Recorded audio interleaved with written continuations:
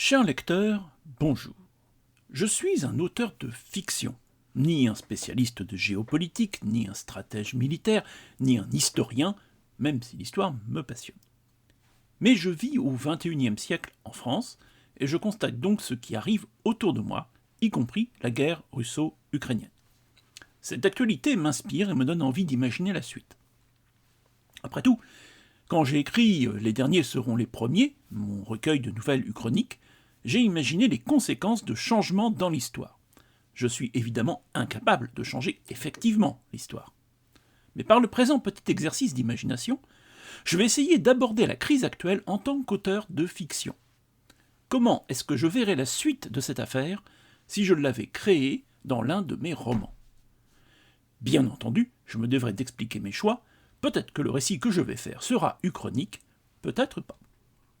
Commençons par écarter une hypothèse malheureusement crédible, mais qui n'a a priori aucun intérêt du point de vue d'un auteur. La fin du monde. La Russie, acculée d'une manière ou d'une autre, lance ses missiles nucléaires, et il y a destruction mutuelle assurée conformément au principe de la dissuasion nucléaire, et donc plus personne pour lire l'histoire. Quoique, en effet, cette destruction mutuelle assurée toucherait essentiellement l'Occident, la Russie et potentiellement la Chine et l'Inde. Elle entraîne l'élimination directe de la grande majorité de l'humanité, mais pas partout. Qui va lancer un missile nucléaire au milieu de l'Afrique.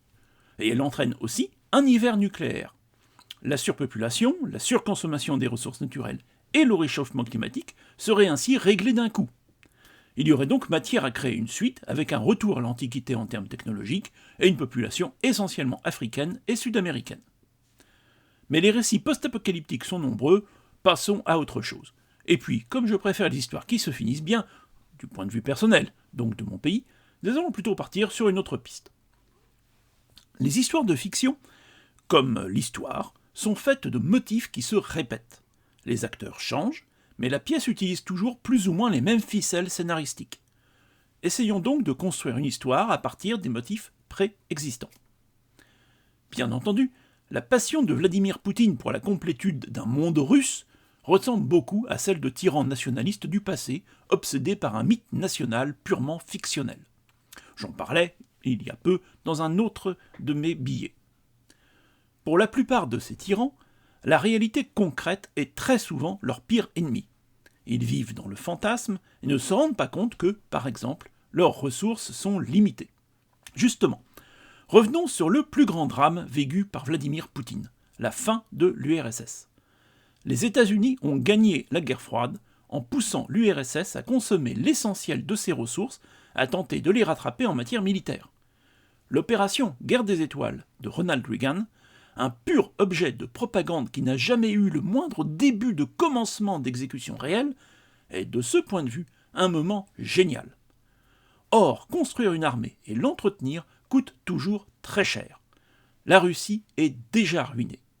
Mais elle a un capital, son armée. Rappelons-nous maintenant un autre épisode qui a mis à mal l'URSS, la guerre en Afghanistan. Les États-Unis, cette fois, ont joué à un jeu dangereux, mais que l'on retrouve ici sous une forme plus sympathique. Il est admis que les talibans ont chassé les soviétiques d'Afghanistan par une guerre asymétrique. Ils ont été armés par les États-Unis.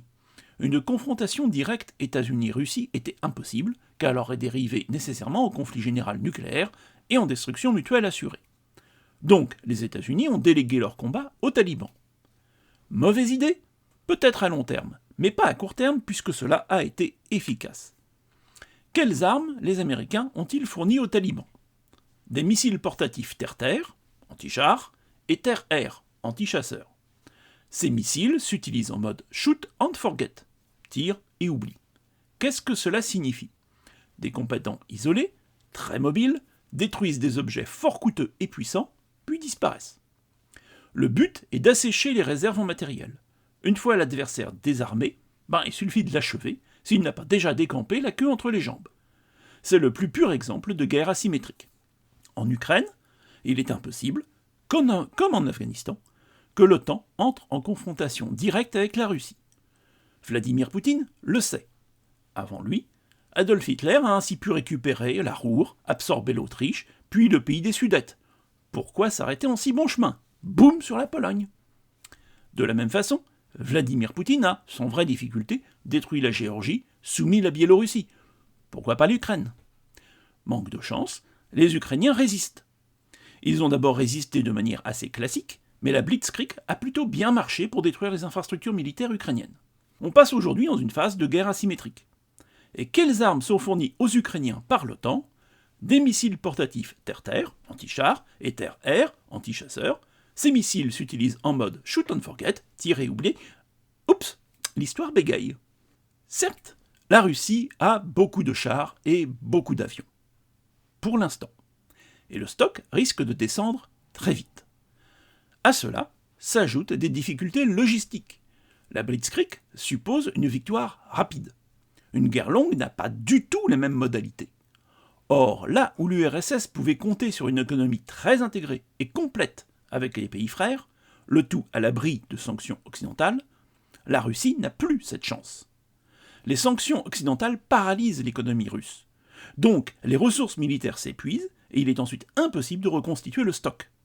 La grande armée classique russe risque donc de très vite n'être plus qu'un souvenir. Bien sûr, l'armement nucléaire, mais un arsenal nucléaire, là encore, coûte très très cher à entretenir. Et il nécessite des ressources considérables. Si l'économie s'effondre, si la Russie a de la chance, les militaires vont s'apercevoir de l'impasse.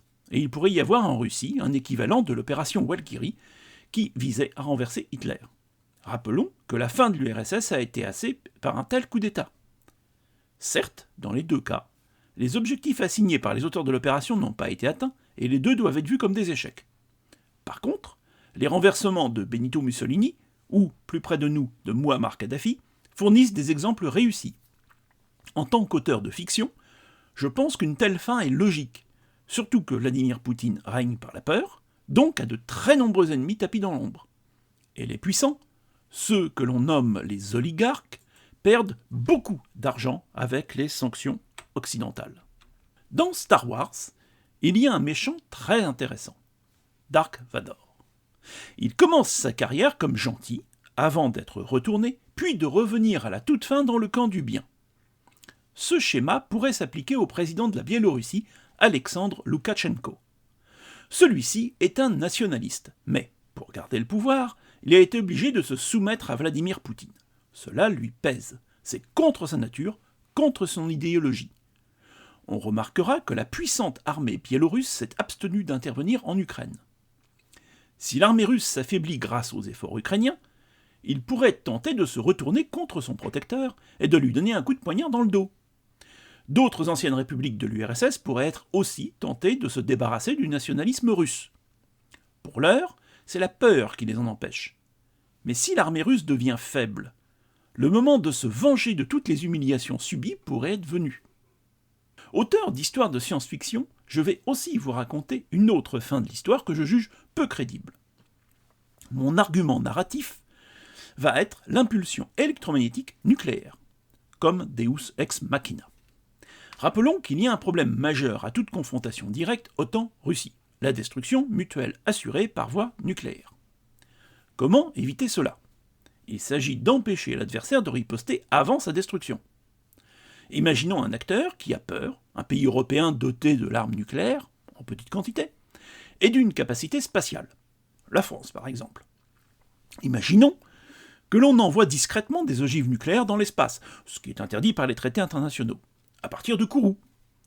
Et ces ogives sont ensuite descendues sur la Russie et explosent à très haute altitude, détruisant tous les systèmes de communication et l'essentiel de l'appareil industriel russe, sans faire de victimes humaines directes.